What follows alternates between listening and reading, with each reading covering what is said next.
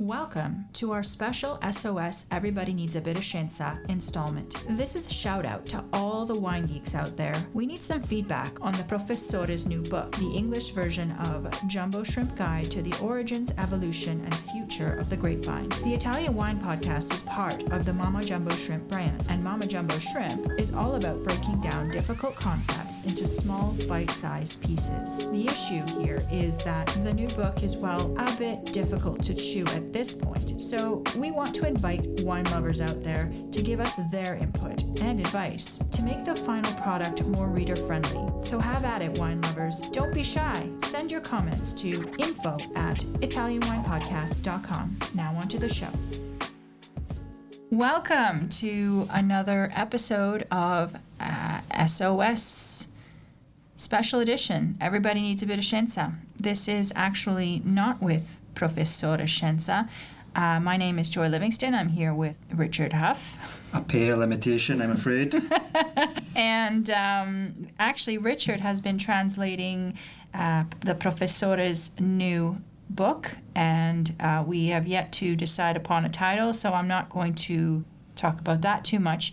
But the idea here is to narrate for Richard to narrate a little bit of the book in each one of these episodes, so that listeners in the international wine community can tune in and perhaps give us their feedback and their ideas, opinions, thoughts, whatever, on this writing, and to see whether or not there is a way to make this more digestible for everyday readers, rather than something that belongs in a university context. Yeah, library.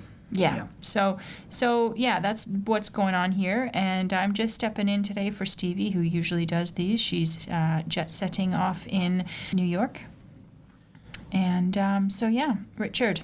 Okay. Here we are again. Yes, thank you. I'll just give you a quick synopsis, if you like, of the chapter that we're about to read. So it's chapter 6, and it's basically exploring the classification and identification of vine species, and it explains that historically species were identified and classified according to their physical characteristics. So botanists, for example, would study leaf shape, cluster patterns, even the size and the form of the seeds. Whereas nowadays, modern biology and genetics means that we have a deeper understanding about the nature of the species and how they evolved, and in fact continue to evolve to this day. So this is just, again, some scientific background, some historical background that Scienza gives, that really, I think, can help us to understand some of the issues that are facing wine production today, issues around climate change and genetic engineering and that kind of thing. Well, let's get to the book then. That sounds interesting. Okay, good. So it's chapter 6, how are vine species identified and classified? The genus Vitis was historically classified into two subgenera, Euvitis and Muscadinia. Amongst the Euvitis subgenera, 3 groups of species can currently be distinguished. The first, the American Boreal, which includes about 28 species and which offered resistance to disease and phylloxera, and was used for the creation of rootstocks and resistant hybrids. The second is the Eastern Asiatic group of about 40 species, and the third is the Eurasian group, which includes only Vitis vinifera. So, what criteria determine the assignment of an individual grapevine to a particular species? Ernst Mayr, the renowned German-American epistemologist, answered this question in a provocative way, stating that the difference between two species is as clear as that between the lion and the tiger. For Linnaeus, the species didn't play as important a role as the genus. Although he was a creationist, Linnaeus stated in the later editions of his works that only the genera were created initially, and that species were the product of the crossing of different genera. Darwin also viewed the species as something purely arbitrary, an invention by taxonomists for sheer convenience.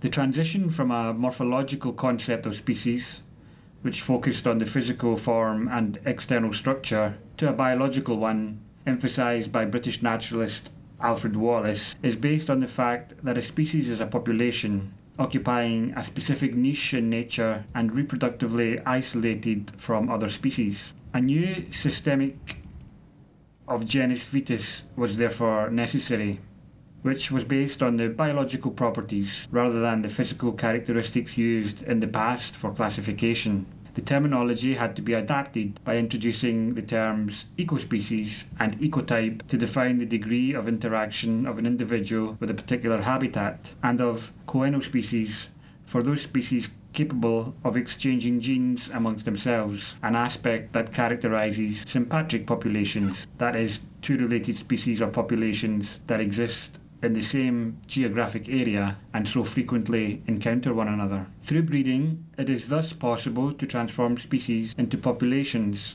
and to remove the differences between Eurasian and North American species, recomposing that geographical integrity and genetic continuity interrupted by the tectonics of the continents and by the glaciations. Although the methods of molecular biology have greatly improved the possibility of studying the relationship between species, the results of interspecific hybridization and introgressive hybridization are still difficult to interpret. The frequency of such phenomena calls into question the standard paradigm of evolutionary theory represented by classical phylogenetic models. Spontaneous hybridization or crossbreeding events have occurred both in the distant past and more recently, for example, in response to climate change. In particular, in the United States, the north-south orientation of the Rocky Mountains favoured the movement of species during the glacial and interglacial periods within the North American continent. Spontaneous hybridization or crossbreeding events have occurred both in the distant past and more recently,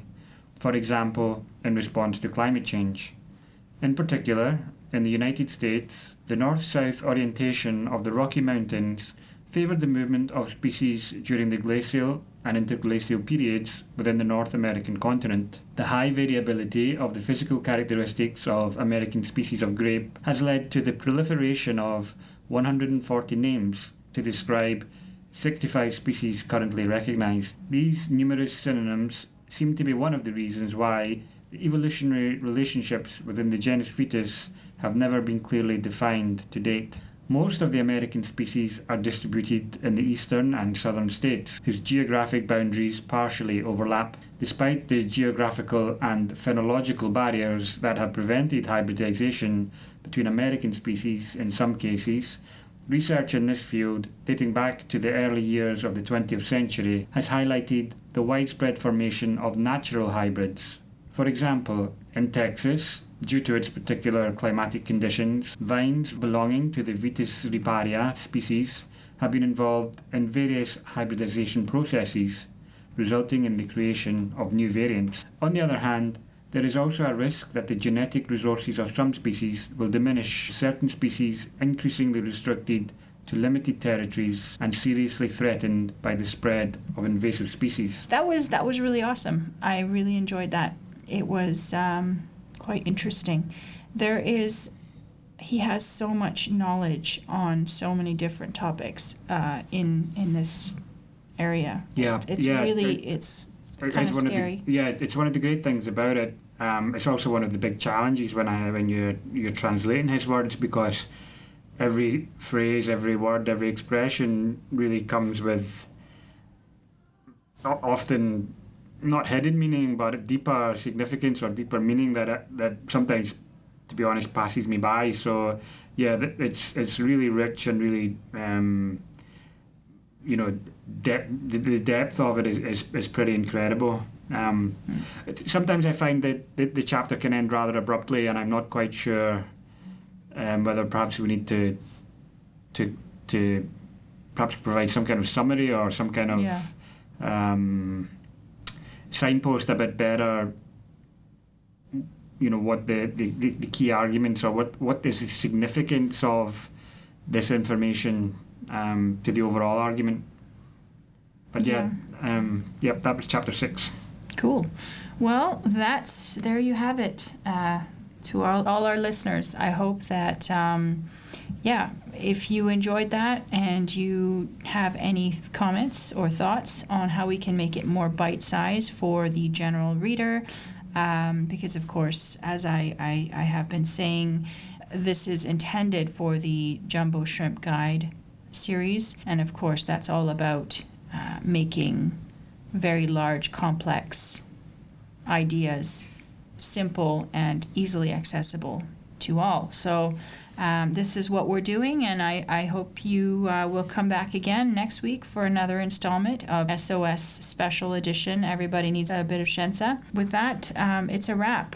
Remember to like and subscribe to the Italian Wine Podcast, and we are also on YouTube with tons of great wine content.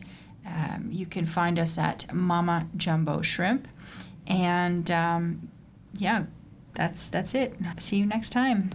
Thanks, Joy. Bye. Listen to the Italian Wine Podcast wherever you get your podcasts. We're on SoundCloud, Apple Podcasts, Spotify, Himalaya FM, and more. Don't forget to subscribe and rate the show. If you enjoy listening, please consider donating through ItalianWinePodcast.com. Any amount helps cover equipment, production, and publication costs. Until next time, chin chin.